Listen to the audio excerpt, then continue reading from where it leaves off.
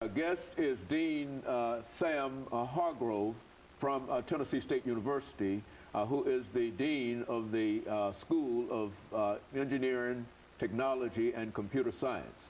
And of course, Dr. Hargrove, let me have you to pick up some of the things that we were talking about earlier, and to talk about the program that you have dealing with minorities, minorities in science, mathematics, technology, and engineering. Right. Let's talk about that. Sure. Well, in order for the country finally recognized that in order to move the country forward economically, the primary factor is going to be technology and how do we commercialize technology.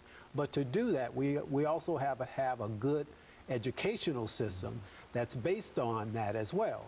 And so what is happening now, there is a push, and it's very favorable right now.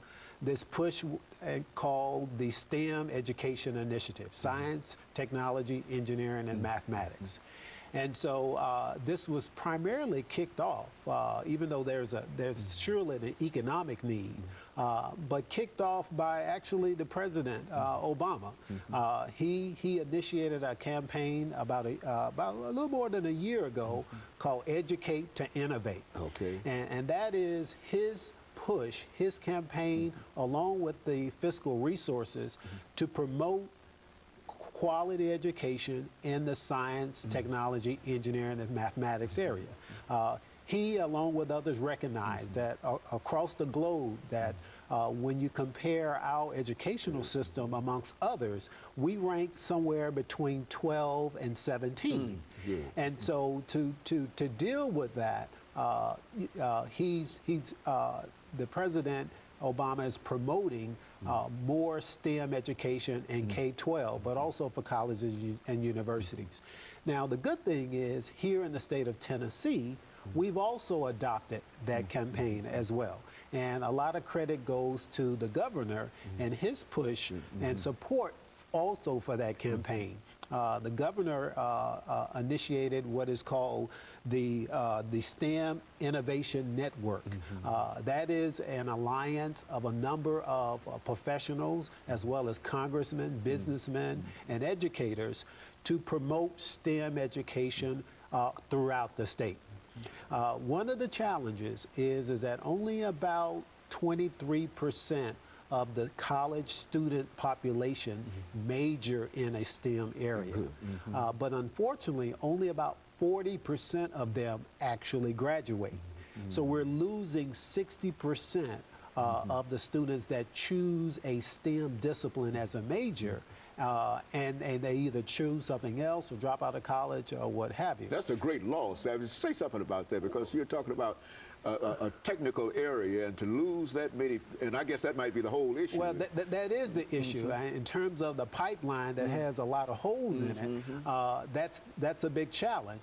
And recognizing that there's a tremendous need of a STEM educated workforce to commercialize technology, to develop technology, and the technology actually adds to the quality of life that you and I live. And that's why the United States is now, the leading economic power that it is now. However, China is growing fast. It is now #2 in terms of world economic power. And some suggest that within the next 20 years, it could possibly be the world's #1 economic power. And so, when the STEM Innovation Network, that is a Tennessee response to address K-12 and the need for more students to be more prepared, as well as to do better in K-12 and hopefully pursue a science, technology, or engineering or mathematics degree when they graduate. And then the last thing is, as you well know, the state of Tennessee was successful in its application for the Race to the Top award. Well, a large portion of that is to support the STEM education effort for the state of Tennessee. And that's very positive. And the state of Tennessee recognizes that there's a tremendous need for its workforce to be highly educated, to produce graduates in that field, to be entrepreneurs, to work for major corporations that are here in this wonderful state.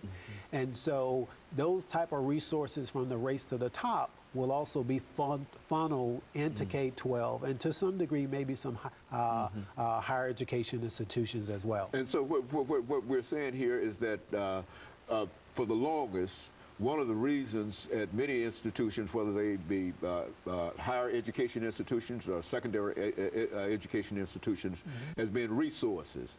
And now you're saying that a lot of the resources that are needed are being put into these areas now. Is that what we're saying? Yeah, I think so. You know, the U.S. for a long time recognized that it's been a leader of technical supremacy, but now we're being challenged by the other countries, and I think that's good.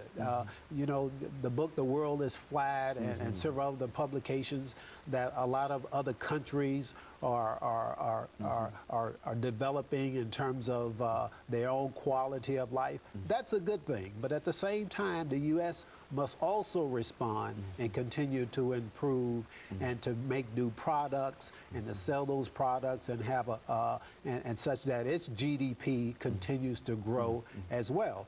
In China, their GDP, gross domestic product, is almost I think double digit for the most part, and ours remain about between 3 to 5%. Well, we can't stay that way. We have to continue to invest in a workforce to create jobs and to have qualified people for those jobs in order that you and I and our children to have a better quality of life. And all of this would really improve the life situations for a large number of folks, not only in America but throughout the world, if we were to invest that kind of money and elevate ourselves in those regards. Absolutely, absolutely. You know, in the state of Tennessee, we graduate about 9,500 engineers.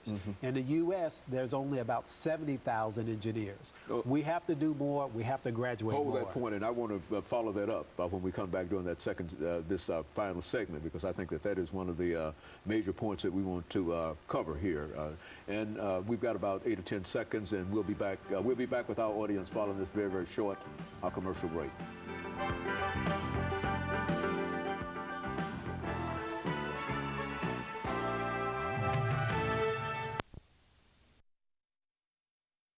The dean of the school